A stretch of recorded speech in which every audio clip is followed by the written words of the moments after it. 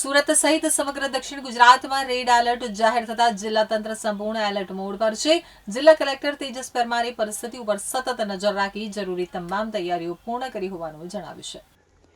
સુરત સહિત સમગ્ર જિલ્લામાં ભારે વરસાદની આગાહીને પગલે જિલ્લા તંત્ર સંપૂર્ણ એલર્ટ મોડ પર છે।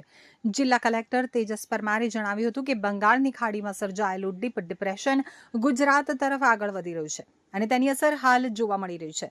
પરિસ્થિતિને ધ્યાનમાં રાખી અને તમામ અધિકારીઓની રજાઓ રદ કરવામાં આવી છે। ગ્રામ્ય વિસ્તારમાં એક એનડીઆરએફ જ્યારે સુરત શહેરમાં એક એનડીઆરએફ અને 2 એસડીઆરએફની ટીમોને સ્ટેન્ડ બાય રાખવામાં આવી છે। દરેક ગામમાં આશ્રય સ્થાનો તૈયાર કરવામાં આવ્યા છે। નીચાણવાળા વિસ્તારોમાં રહેતા લોકોને જરૂર પડે તો સલામત સ્થળે ખસેડી જવા સૂચના આપવામાં આવી છે। કલેક્ટરે લોકોને બિનજરૂરી બહાર ન નીકળવાની ખાસ અપીલ કરી છે। સાથે જ જણાવ્યું છે કે હવામાનની સિસ્ટમમાં ફેરફાર થઈ રહ્યો હોવા છતાં તંત્ર પરિસ્થિતિ ઉપર સતત મોનિટરિંગ કરી રહ્યું છે અને કોઈપણ સ્થિતિનો સામનો કરવા સંપૂર્ણ સજ્જ છે।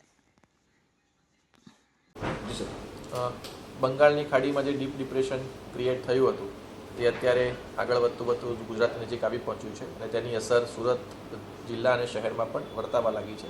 વહેલી સવારથી જ સુરત જિલ્લા અને શહેરમાં વરસાદ વરસી રહ્યો છે અને તેની તીવ્રતા ધીરે ધીરે વધવાની છે। આગામી 24 થી 48 કલાક દરમિયાન આ જે વરસાદ છે તે ભારેથી અત્યંત ભારે વરસાદ સુરત જિલ્લા અને શહેરમાં થવાનો છે। એથી તકેદારીના ભાગરૂપે આમ તો ગઈકાલથી જ તમામ ટીમોને સાવચેત કરી દેવામાં આવી છે। તમામ તાલુકા વિકાસ અધિકારીશ્રી, મામલતદારશ્રી, પ્રાંત અધિકારીશ્રી તમામને આ બાબતે એલર્ટ કરવામાં આવ્યા છે। સુરત મહાનગરપાલિકાની ટીમ પણ છેલ્લા 2 દિવસથી એલર્ટ મોડ ઉપર જ છે અને માનનીય કમિશનરશ્રી દ્વારા પણ તેમની સતત મિટિંગ લઈને તેમને પણ સાવચેત કરવામાં આવેલા છે। આજે વહેલી સવારથી જે વરસાદ શરૂ થયો છે તે બાબતે આજે વહેલી સવારથી તમામ અધિકારીઓને ફરીથી સચેત કરવામાં આવ્યા છે અને નીચાણવાળા વિસ્તારમાંથી લોકોને સ્થળાંતર કરીને સેફ સ્થળે લઈ જવા માટેની તમામને સૂચના આપવામાં આવી છે। આપણા જે આશ્રય સ્થાન જે છે તેને પણ આપણે તૈયાર કરવામાં આવ્યા છે અને ત્યાં પણ લોકો આશ્રય મેળવી શકે છે। વિશેષ તકેદારીના ભાગરૂપે સુરત શહેરની અંદર એક એનડીઆરએફની ટીમ અને 2 એસડીઆરએફની ટીમ ઓલરેડી આપણી પાસે અવેલેબલ છે જેને એલર્ટ મોડ ઉપર રાખવામાં આવી છે અને ગ્રામ્ય વિસ્તારમાં પણ એક એસડીઆરએફની ટીમ એલર્ટ મોડ ઉપર ઓલરેડી છે।